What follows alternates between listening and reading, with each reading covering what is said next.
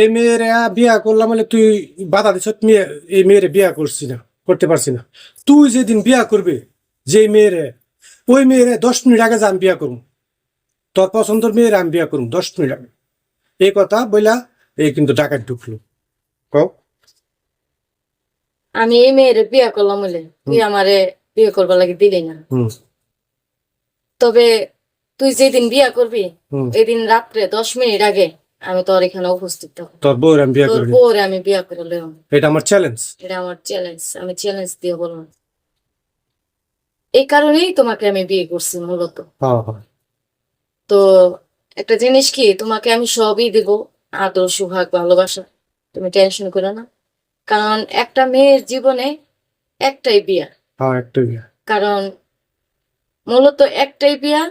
আর মানুষ অন্যরা যাই করুক 4-5টা, এটা হয়েছিল অন্যরা, কিন্তু হাদিসে আছে একটাই বিয়া। তো তুমি আমার কাছে বিয়ে বসছো, আমি ডাকাত হই, যাই হই নাই হোক, সমস্যা নাই। আমি বিয়া তোমার, করি নাই। আমি বিয়ে শাদী করি নাই, তোমারও বিয়ে শাদী হয় নাই।